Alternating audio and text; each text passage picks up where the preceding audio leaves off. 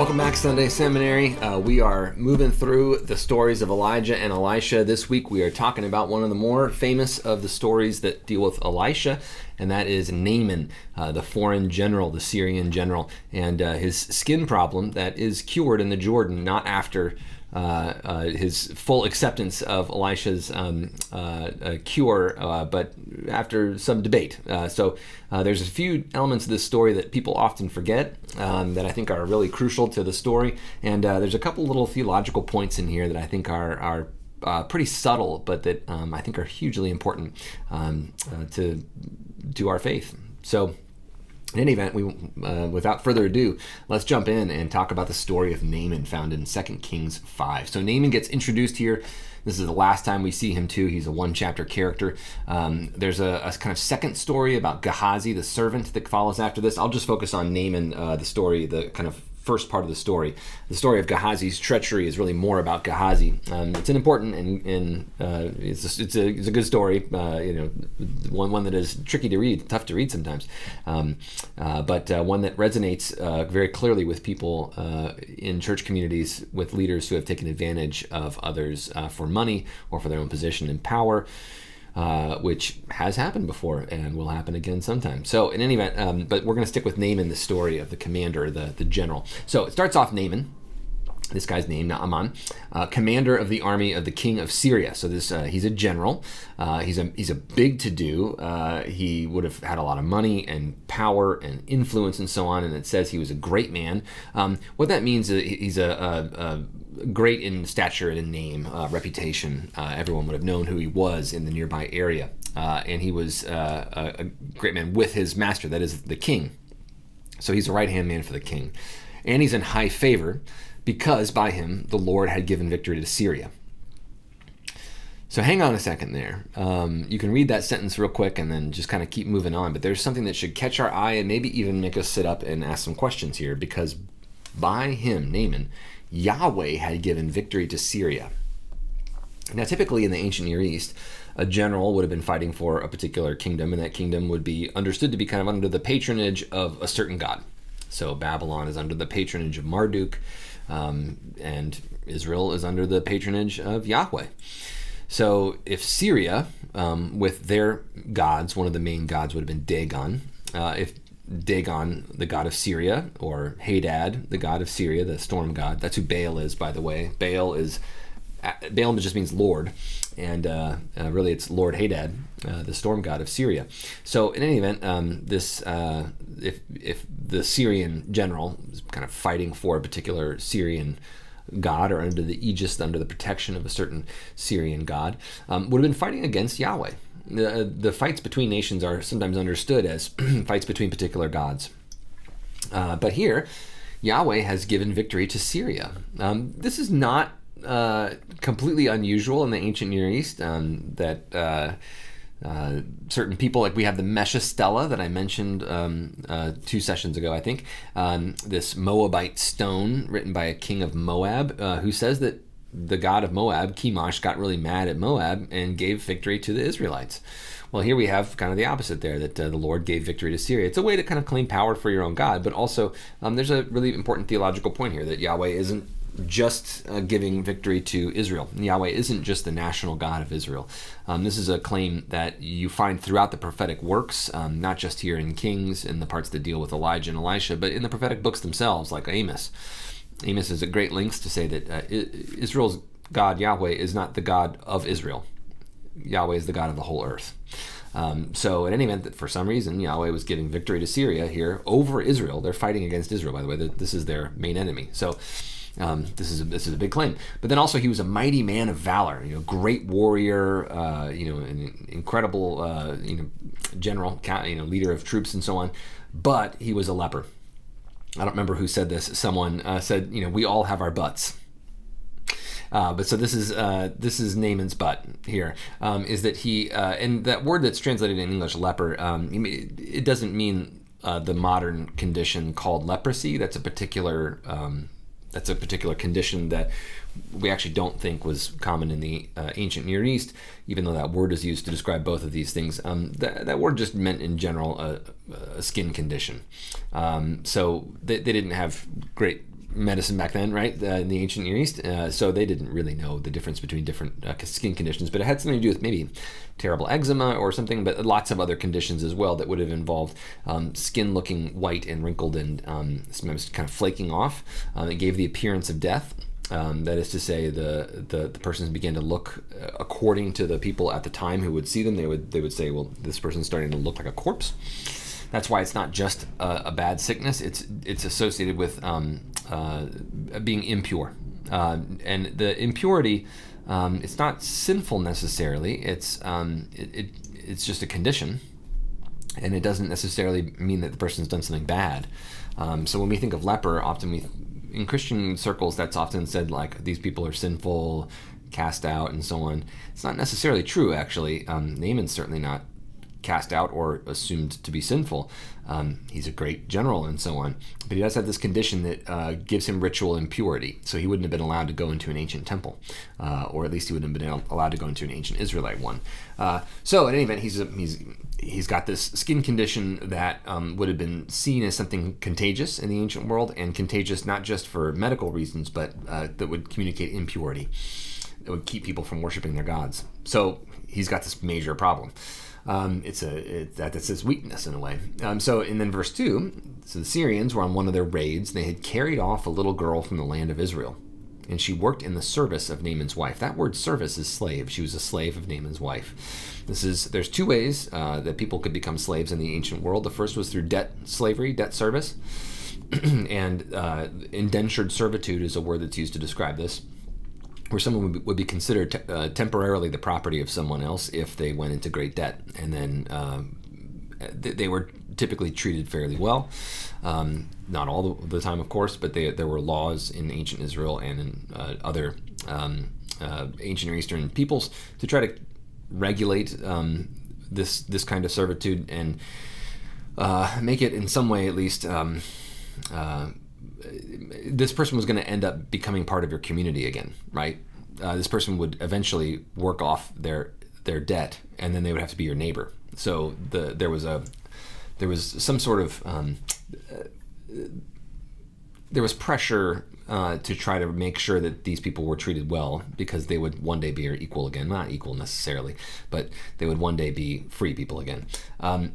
The second type of slavery in the ancient world was something a bit more akin to chattel slavery. It wasn't a kind of a cornerstone of the economy like it became in the United States, in the early period of the United States, but so it was a small percentage, it seems, of people in the ancient world, and Rome later became a slave-based economy. So it seems to be a pretty small percentage of the population in ancient Israel, but nonetheless they were taken by war. And so captives of war could be not indentured servitude, but slaves indefinitely. Hagar seems to be someone who is in this category because she doesn't seem to have gotten into debt or something. She's a foreigner who was taken somehow in battle in Canaan, and Abraham must have bought her.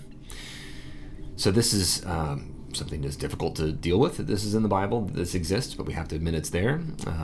And here we see that this is not a practice that was unique to Israel by any means. It was a common ancient Near Eastern practice. The Egyptians, the Syrians, the Mesopotamians all did this. And here we see that this Israelite girl, this little girl, was captured by a band of Syrian soldiers, and they kept her as a slave. And so Naaman's wife, she was the servant to Naaman's wife. And this little Israelite girl remembers her theology. She remembers her God. And so she says to her mistress, "Would that my Lord," and she means Naaman by that, my master, the one who owns me, right? "Would that my Lord were with the prophet who is in Samaria. He would cure him of his leprosy." So she's thinking about Naaman's health, which is kind of amazing. And she is saying that Naaman could be better off if he would just listen to this prophet who is in Samaria, who's nameless here. The namelessness of, or the anonymity in many stories about Elisha is really interesting. His name is often kind of held in reserve for a long time. We'll see this next week when we talk about the miraculous meal in 2 Kings 6, one of my favorite stories in the whole Bible. So then the next verse, in verse 3 here, chapter 5, so she says to her mistress, "With my lord," in verse 4, so Naaman then goes in and tells his lord, so the king, thus and so spoke to the girl from the land of Israel. So this is like a, so-and-so. He's kind of shorthand speaking here. But this little girl from the land of Israel, was talking to me. And the king of Syria said, "Well, go ahead. I'll send a letter to the king of Israel." So yeah, you can go try to check out this prophet. It's almost like, if someone, let's imagine that there's like a general for the Saudi Arabian army who has a sickness, and there's the only doctor in the world that seems to be able to cure this condition is in Iran. Saudi Arabia and Iran are enemies. So, you can imagine the difficulty that would be, right? So you might have to have this letter, so there have to be diplomatic negotiations to allow your general to actually go into enemy territory to be treated, right? So that's what the king of Syria is doing. Now, Syria is stronger than Israel. So the king of Syria is going to say, "Hey, let's do a temporary truce, and my general's going to go and seek advice from this prophet, etc." So the king of Syria said, "Go, I'll send a letter to the king of Israel, to pave the way." So he went, he took 10 talents of silver. He's taken a huge amount of money, 6,000 shekels of gold and 10 changes of clothing. The clothing meant to give away.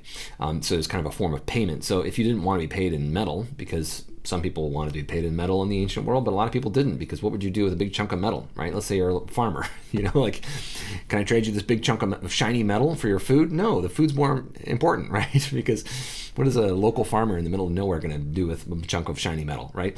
So in any event, the metal is to give to people in city centers, kings, governors, people who have some kind of authority and can do something with the metal, that is, make it into shiny objects. But the clothing is to pay poor people. So then he brought the letter to the king of Israel, which read, and by the way, we have a record of people in Mesopotamia, in the Assyrian Empire, paying prophets in clothes. We have evidence from ancient Mari too, which is about 1,000 years earlier, before this time. But the king Zimri Lim a governor talks about paying a prophet who had a message for the king in clothing. Clothing was rare in the ancient world. You couldn't go to a store and buy it. You had to make it, or somebody had to make it. And it was a huge procedure, right? So you take wool and weave it into cloth and then make it into clothing. So having a set of clothing was a big deal.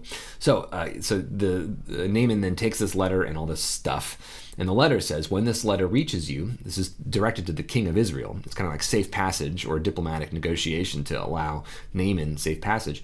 So this negotiation says, "When this letter reaches you, king of Israel, know that I have sent you Naaman my servant, that you may cure him of his leprosy." Now, the thing here is that makes it seem like the king of Israel is the one with the power to cure the leprosy. This is actually how prophets worked in the ancient world. Prophets worked for a king. They worked on behalf of the king. Not always. They really worked on behalf of like a temple. They worked on behalf of a god, really. They were the messengers of a particular god. But the king was the one who was in charge of the country, and the gods were... gods might have messages for the king that were critical at some points, but in general, the prophets were working for the king. The gods wanted, according to the theologians of the ancient world, the gods put the kings in power because they wanted a good relationship between the heavens and the earth, and they wanted the earth to produce food so that the gods could eat it inside their temples, right? So they want things to be stable and well produced and so on. So the prophets gave messages from the gods in order to help the kings run the country well. That was the idea. That was the point. So when this letter reaches you, know that I've sent you Naaman so that you may cure him. Yeah, order your prophet to cure him. It's in the same way that you'd say Bill Gates released, well, I guess this is a long time ago now, but when Bill Gates was head of Microsoft, Bill Gates released Windows 95 or something. The point of that was that Bill Gates didn't make it. He was in charge of the company, right? He oversaw some aspects of it, but but still, if you'd say it that way because he was in charge of the operation. So here, the idea is that the power doesn't flow from the prophet. The power flows from the gods, and the king is really kind of the lever to open up the power from the gods. And so the king would tell the prophet, "You do the healing," right? So that's kind of chain of command, right? The king is talking to the king saying, "Can you please make sure that this happens?" But as we see, that chain of command doesn't work in ancient Israel. That's the claim. The claim is that the king isn't the one who orders the prophets around. In fact, the prophets are the ones that have the power to tell the kings what to do. This is the part of the element of surprise and overturn it. Kind of this is the aha moment of this story.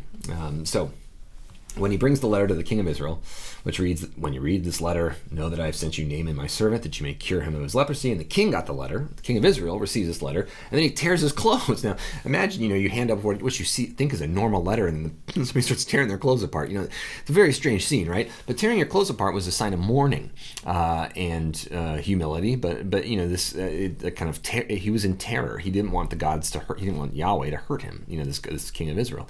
So the king of Israel reads the letter. He tears his clothes, and he says, "Am I God to kill and make alive, that this man sends word to me to cure a man of his leprosy?"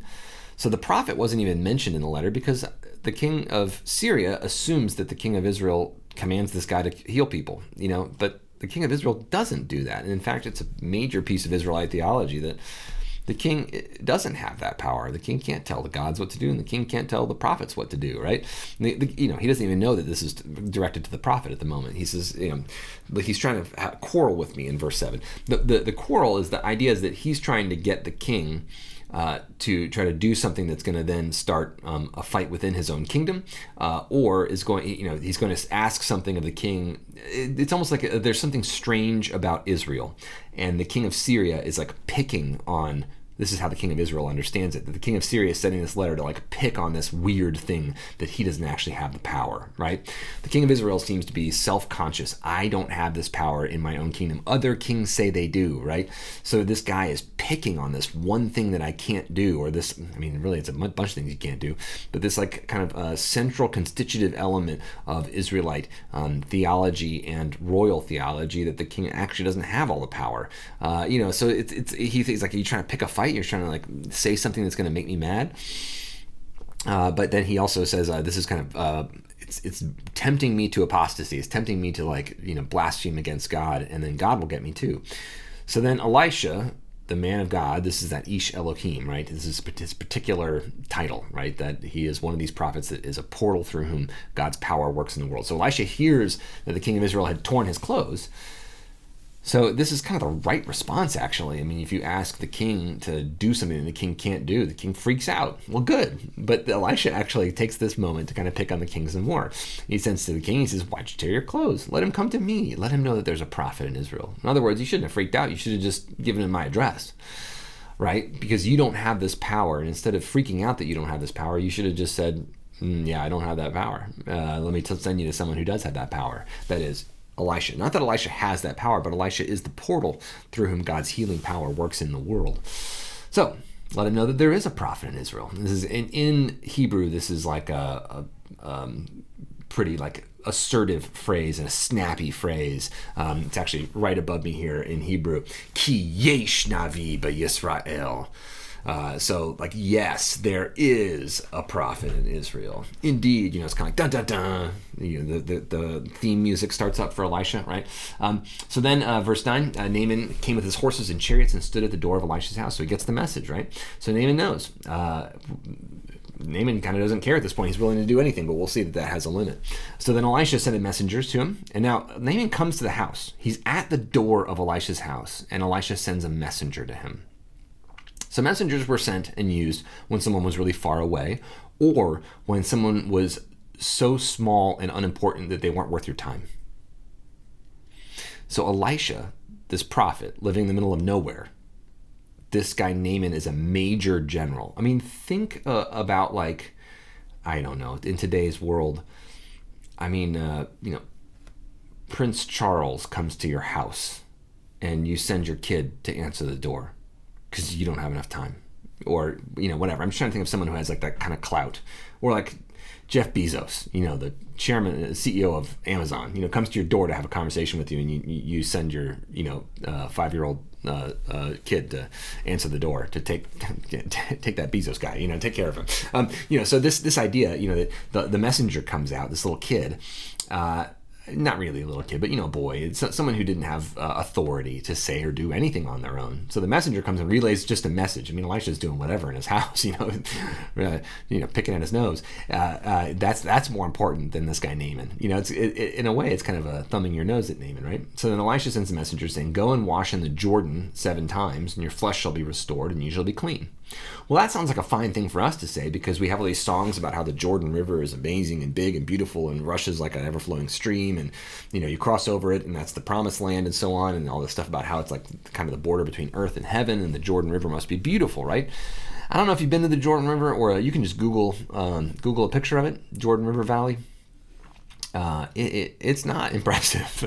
I mean, the Chattahoochee is bigger and stronger and honestly more like beautiful looking in many places than the Jordan River. It looks, we would call it a creek, around here.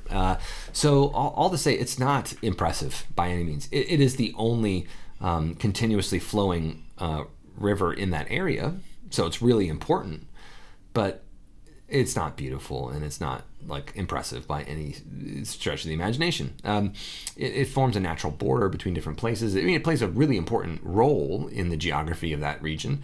But you kind of notice that Jerusalem's not on the Jordan River. The big cities aren't actually on that piece of, like Jericho's near it, but not. I mean, it's not. To someone coming from Syria, home to the mighty Euphrates River, which, if you've been to the Euphrates, that is a river. It's huge. And in the area where Syria is, just Google a great ancient site that shows you some of what the Euphrates looks like, where Naaman would have come from, is Dura Europos, Dura Europos, Dura Europos. This is a site from much later in history. It's an archaeological site from the Roman period, but it shows you what the Euphrates looks like. If you just look at pictures of Dura Europos and you find one where like it shows you the cliffs and the river there, the Euphrates River Valley, it's enormous. It's massive. There's huge cliffs there. It is like rushing river. I mean, it's majestic compared to the Jordan, especially. So imagine Grand Canyon, Colorado River versus the creek in my backyard, right? So Elisha the messenger comes and tells him that he's just supposed to dip his body in this river 7 times and then he'll be clean. And that word clean really shows you that this kind of bathing was not primarily about getting dirt off your body. People would, there were several different ways to bathe in the ancient world. You'd have like a little shallow bowl that you sat in and put water over yourself and scrape off your dirt off your skin. But also you could take oil and use this tool to kind of like scrape dirt off of your body using oil. But bathing, submerging yourself in water was not typically the way that you go about having a bath. That was ritual immersion. Immersing your whole self in something was usually a ritual act that had to do with kind of preparing to go into like a temple or something. So this is a ritual act, but it's in this kind of gross place, and he's getting this message from this boy instead of the prophet himself. Like Naaman just reacts so strongly to this. Imagine Jeff Bezos coming to you, the CEO of Amazon, the richest man in the world, $200 billion or something. He comes to your door and you send your kid to go tell him that he's got to go, jump into the creek behind your house. What? And I've never been treated like this, he would say, right? So verse 11, Naaman was angry and he went away saying, behold. Now what he means is, look, I thought that he would surely come out to me and stand there and then call upon the name of Yahweh, his God, and wave his hand over the place and cure the leper. In other words, like, I thought that there would be this like massive display of like power, light show, that he himself would be there. He would make a big deal out of me. He would probably be like, wow, you're amazing, Naaman. I'm like, call on the name of our God. Like thunderbolts come down and everything, right? I wanted the light show, the smoke show. I wanted, the power rock anthems playing in the background, right? I wanted everything. I wanted the full, all the circumstance, right? What do they call pomp and circumstance, right? And he thought that there'd be this kind of like magic, like secret ritual. I wanted the smells and bells. Like I wanted some incense and stuff like that, right? Some magical secret rite or something. But no, just go jump in the creek and put your head under 7 times, and then you're gonna be fine. And then go home, and I don't even need to talk to you, right? So the kind of dissonance there is is what makes Naaman really mad. And it shows you that what Naaman thinks about himself. He's a big deal, right? He deserves all this cool treatment because he probably gets treated that way wherever he goes, right? So then Naaman says, are not the Abana and Parfar, the rivers of Damascus, better than all the waters of Israel? Now, he's near the Euphrates too, but he names even these smaller rivers that go kind of near and through Damascus. The little rivers near Damascus are even better than this. I mean, you can imagine someone in Atlanta being like, even the Chattahoochee is better than whatever they're talking about over there, because we don't actually use the Chattahoochee very well in Atlanta, and we don't respect it all that much, at least as much as maybe we should. So all to say, the Chattahoochee's better than this. That's what that would be an insult to some people, right? So are not the Abana and the Parfar, the rivers of Damascus, even better than all the waters of Israel? Couldn't I wash in them and be clean? Why did I come all the way out here to have some kid tell me to jump in a creek? So then he turned away and he went in a rage, right? This is beneath me, is what he's thinking. But his servants came near him and they said, and my father's a word of respect, right? So it's like, hey, boss, is it, and it's translated here as, is it a great word? Is it too big a thing that the prophet has spoken to you? Is this so hard that you wouldn't just try it? Will you not do it? Just give it a try, right? I mean, you can imagine, someone saying to Jeff Bezos, if he's got some skin condition, he comes to a doctor in a rural area in West Virginia or something, and they're like, jump in the creek behind my house. You can imagine him leaving in a rage. But then also one of his, attendants might be like, boss, do you want to try it? I mean, this guy's got a big reputation. I mean, what do you lose by jumping in the river? I mean, maybe nothing happens and you go home, but you might as well try it, right? Has he actually said to you, wash and be clean? In other words, he said it's going to work, right? You might want to try it. So then verse 14, Naaman went down and dipped himself 7 times in the Jordan. You can imagine him just kind of smoking the whole time in rage, like he's dipping into the water and the water's boiling and coming up off him because he's so mad that he's got to do this stupid thing, right? But he's still going to, fine, I'll do it, So he's dipping 7 times in the Jordan according to the word of the man of God, right? The Ish Elohim. This is a really important part of the Elijah and Elisha stories, right? Remember 1 Kings 17, the end of that whole first long chapter, with all this kind of beautiful imagery about life and death and rain and food and sustenance at the edge of death with the widow, and then life out of death itself with the son. At the very end of that, the climactic moment is the widow in 1 Kings 17 saying, now I know that the word of the man of God is true, right? So the point then is that the word of the man of God is the focal point of the story. That's what it's there to produce. In the same way that the miracles of Jesus aren't just to heal the people who were standing around him at the time, but it was to validate his ministry, his mission, and to convince the people to take part in his mission. So I think that's a bit what we see here. So according to the word of the man of God, his flesh was restored like the flesh of a little child, and he was clean. He had a baby's butt. He used to have his butt used to be leprosy. His butt is now smooth like a baby's behind. So, but he's clean. That word having to do with purity in a way. It's often kind of associated with ritual purity, and this is kind of what he's going for. He's been. It's not just that he had like a cut that needed to be healed, but that this thing was in a way keeping him from being in relationship with his God, right? I mean, it was kind of ritual purity, but little did he know that it was actually about getting him in connection with a different God altogether. So now he is pure, he has ritual purity, and he doesn't have this embarrassing condition and so on. So then he returns to the man of God. So he must be surprised right now, right? Because the thing he was fuming at just a few minutes ago has now saved him. So he returns to the man of God. And this word here, shuv, does mean to kind of like return, but also can be used to talk about the transformation of one's behavior, one's mindset. This is a word that ends up being connected to the Greek word metanoia, meaning repentance. It's not exactly the same thing in the Old Testament, but it does mean it can mean a transformation of one's life, one's outlook, one's mind, as well as actually physically turning around or returning. So that's that word right there. He returned to the man of God. He and all his company. So remember, he's got this huge retinue with him, right? These ones who. So we have these nameless people. The anonymous girl, the little girl, who, like many important characters in the Bible, is not named. Many of these kind of side characters that are the ones that talk about God, that witness to God, are not named. In the book of Kings, there are many prophets who do powerful things, important things, and they are simply not named in the Bible. So in any event, this young woman at the beginning of this story sets this entire chain of events in motion with her care for the person who has enslaved her, or is at least in charge of her enslavement at this point in time. And then we get these anonymous servants, perhaps they're slaves too, of Naaman, who tell him, why don't you just go ahead and jump in the river and see, right? Just check it out. So in any event, then he returns to the man of God, and he transforms some of his ways of being, perhaps. He and all his company, his anonymous servants, and he came and stood before him. So he comes back to the man of God, to Elisha, right? And he said, behold, I know that there is no God in all the earth but in Israel, so accept now a present from your servant. So this is a different, Naaman has changed, and Elisha now meets him and actually talks to him. And notice the change in Naaman's bearing, his attitude towards Elisha and towards Israel and so on. Now he knows. And remember in 1 Kings 17, the very end of that chapter, the widow said, now I know.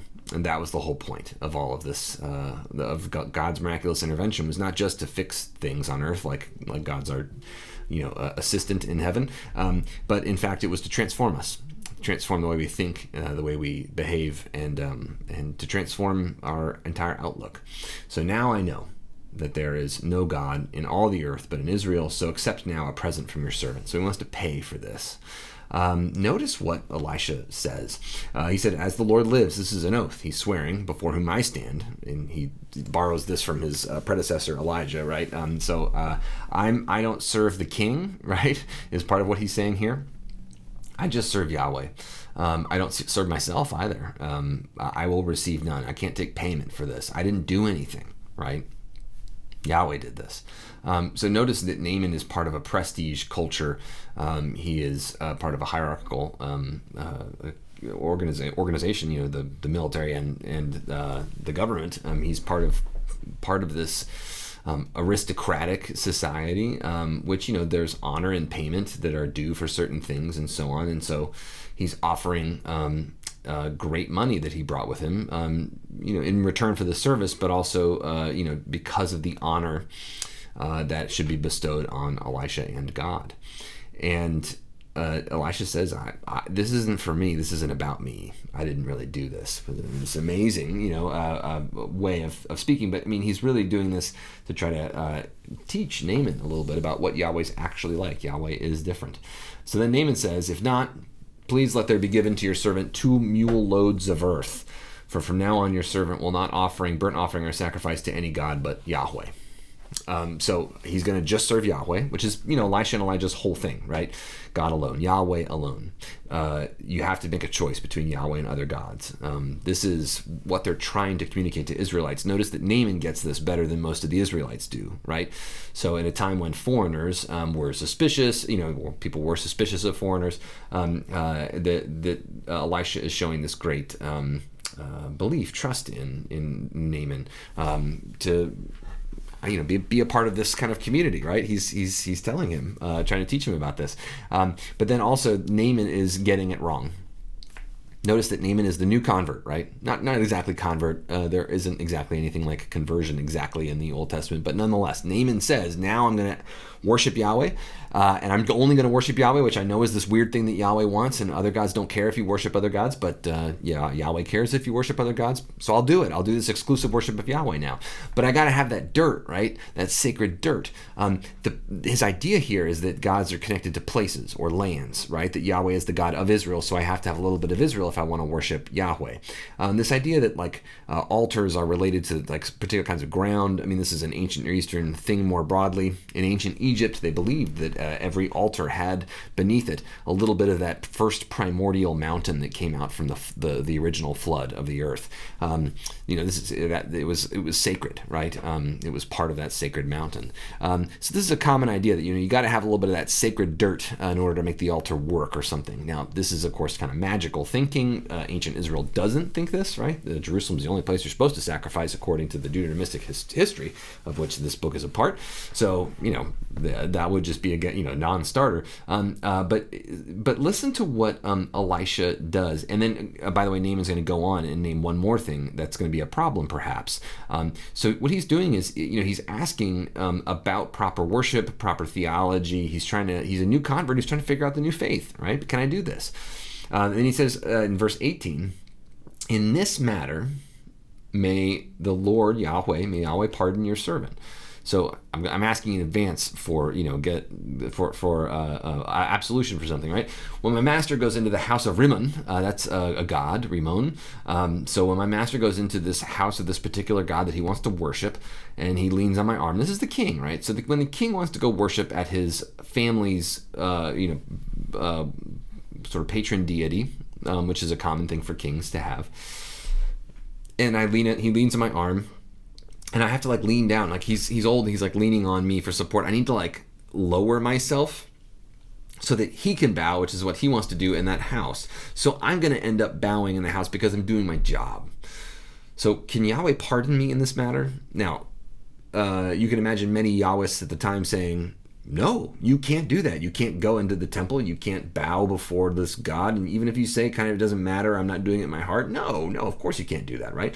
And you can also imagine some Yahweh saying, no, absolutely not. You can't have this magical dirt to worship. No, our whole entire theology is based on trying to get you away from those magical ideas about gods being tied to particular places and, dirt being magical and so on. No, absolutely not. You got to come to Jerusalem if you want to worship, etc. And you can only do that.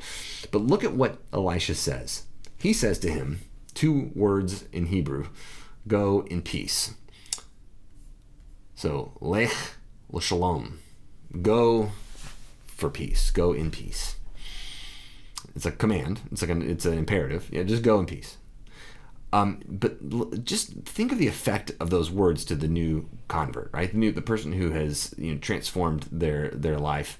Elisha doesn't take this moment to explain to him all of the theological problems and right worship. He doesn't get him to think that doing the right things in a worship service is going to be what's most important to this new God that he's following, Yahweh, because that would be wrong, right? It'd be wrong to think that what God is primarily interested in is the particular motions that our body makes in the middle of a worship service. That seems not to be the most important thing, right? But also, if you have superstitious or kind of magical elements to your faith or your religion, etc., is God's most important message that you shouldn't have those things? Probably not, right? So Elisha just says, go in peace. And that can mean a lot of different things, kind of in wholeness and health. Don't worry about this. Don't sweat the small stuff is one way you can think about this. But also, remember, he's a general who's in charge of an army who's trying to attack Israel. And so instead of getting him to think about, instead of Elisha trying to get Naaman to think about the way to posture his body for prayer, he tells him, hey, think about peace, right? Go in peace. It's a pretty important message, I think. And then Naaman had gone a short distance. Then Gehazi, Elisha's servant, sees an opportunity to get some money because that money was mentioned, right? So here we get the person trying to take advantage of their position and their kind of proximate distance to God, right? In terms of his relationship to Elisha and Elisha's relationship to God. He's got kind of an in, and he can extort this guy for lots of money, which is exactly what he does. And then Gehazi ends up receiving the same kind of skin condition that Naaman had at the beginning of the story. So it kind of comes full circle. But I'm going to stop here at this point because to me that story of Naaman is just this really amazing theological statement about grace and mercy and the search for peace in the middle of a violent world, a world where there are enslaved people, a world where there is ongoing war and conflict. And in the midst of that, you have this meeting between two people, Elisha and Naaman, where Naaman has to humble himself a bit and has to ask for help. And Elisha, in the end, gives him not only healing, but also gives him the knowledge of what kind of God Yahweh really is. And then sends him on his way in peace. May peace be with you all this week, and we'll see you next week for 2 Kings 6, one of my favorite stories in the entire Bible.